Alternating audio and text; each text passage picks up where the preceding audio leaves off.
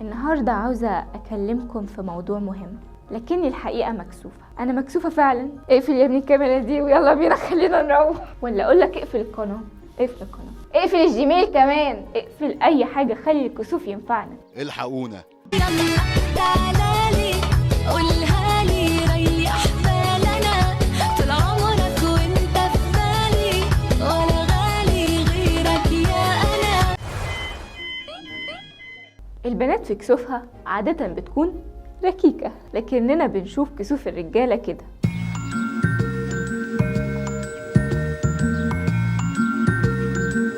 جايز لأن المتعارف عليه إن طبيعة الراجل الشجاعة والمواجهة، فما ينفعش يتكسف.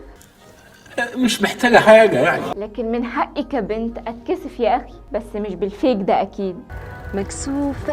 مكسوفة منك، مش قادرة أقولك. والحقيقة إن الكسوف بيضيع عليك نص فرص عمرك، لأنه بيخليك مش قيادي، وخصوصا إنه مرتبط بالبيئة اللي اتربيت فيها. سنة 1988 في دراسة قالت إن في علاقة بين الخجل والجينات، لكن جو مروان في كتابه انكماش البنفسج قال إن الكسوف هبة من ربنا، لأنه ممكن ينجز ويبدع في حاجات المنطلقين ما يعرفوش يعملوها. مثلا أجاثا كريستي أشهر كاتبة روايات بوليسية كانت خجولة لدرجة الإحساس بالألم، وشارل دي جول رغم أدواره القيادية لكنه كان خجول. والصحفي الساخر جليل بنداري قال على أماني ناشد نجمة التلفزيون إن من كتر حيائها وأدبها بتستأذن درج مكتبها قبل ما تفتحه. مكسوفة قشطة. مشكلة الكسوف إنه ممكن يخليك عايز تختفي، تستخبى. طب هل الكسوف مرض نفسي؟ يعني ممكن حد يروح لدكتور يقوله أنا بتكسف؟ لماذا نحن هنا؟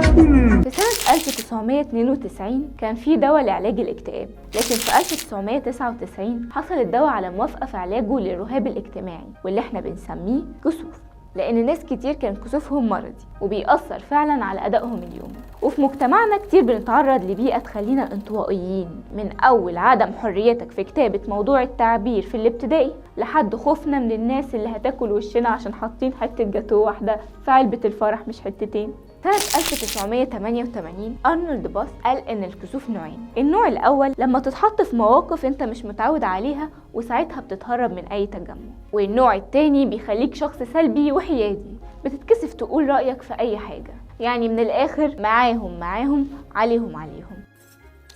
صح أنا كده. هل ممكن تكون واخد الكسوف بالوراثة؟ في دراسة بتقول أيوة، الوراثة مسؤولة عن 30% من كسوفك، وإن 43% من سكان العالم كسوفين. وبالتالي لو انت فاشل دراسيا فده مش عشان انت غبي او مش عشان مش بتاع مذاكرة، لكن ممكن تكون فاشل عشان مكسوف، مش فاهم الدرس ومكسوف تقول انك مش فاهم، مكسوف تشارك ومكسوف تحاول، وده عادي ممكن يحصل وسهل انك تتغلب عليه. يا راجل ده النباتات نفسها بتتكسف. عارف المستحية حساسة قوي، ومجرد ما تلمسها وتحس بحرارة جسمك تقفل على نفسها بخجل كده. حتى الشمس بيحصل لها كسوف، يبقى انت ما تتكسفش ليه؟ المهم في نهاية الفيديو اكتب لنا موقف كنت مكسوف فيه وقدرت تعديه، واستنونا دايما في آخر مترو.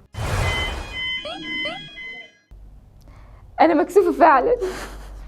اقفل يا ابني، اقفل الكاميرا دي وخلينا يلا بينا. أنا مش عارفة أعمل إيه الأوفر ده.